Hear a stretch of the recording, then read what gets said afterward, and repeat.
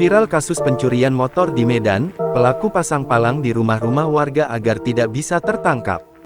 Polisi masih melakukan penyelidikan terkait kasus kawanan maling yang memasang palang di rumah warga agar terkunci dan mencuri satu unit sepeda motor. Kejadian pencurian itu terjadi di salah satu perumahan di Jalan Marelan, Gang Rasmi, Kecamatan Medan Marelan, pada Selasa tanggal 20 Agustus tahun 2024 dini hari. Menurut Kanit Reskrim Polsek Medan Labuhan, Ibtu Mangatur Sirait, saat ini pihaknya telah menerima laporan dari korban. Dilaporkannya baru kemarin dan sudah diterima, kata Sirait kepada Tribun Medan, Rabu tanggal 21 Agustus tahun 2024.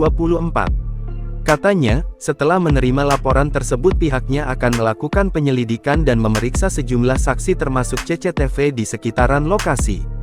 Kita sudah mengecek TKP, kita cari CCTV terdekat dan yang paling dekat itu jaraknya 200 meter kurang lebih, tapi kurang jelas CCTV-nya, sebutnya. Sirait menyampaikan, pihaknya juga telah berkoordinasi dengan Babinsa dan Babin Kamtipmas serta kepala lingkungan setempat, agar mempermudah mengidentifikasi para pelaku. Kita sudah koordinasi, mana tahu mereka kenal karena mereka lebih dekat dengan warga di sana.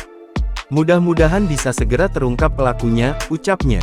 Sebelumnya, aksi kawanan maling kembali satroni rumah warga.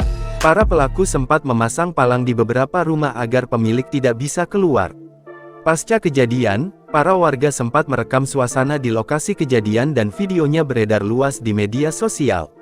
Amatan Tribun Medan, di dalam video tersebut memperlihatkan beberapa rumah dipasang kayu oleh para pelaku. Tujuannya, agar para warga tidak bisa keluar dari dalam rumah dan menangkap para pelaku yang sedang beraksi. Dari jendela ini dia masuk, pintu depan semua ditutup pakai kayu biar nggak ada yang bisa keluar. Ini malingnya semua menutup pintu tetangga di palang, dikasih kayu, kata perekaman video. Download Tribun X sekarang, menghadirkan lokal menjadi Indonesia.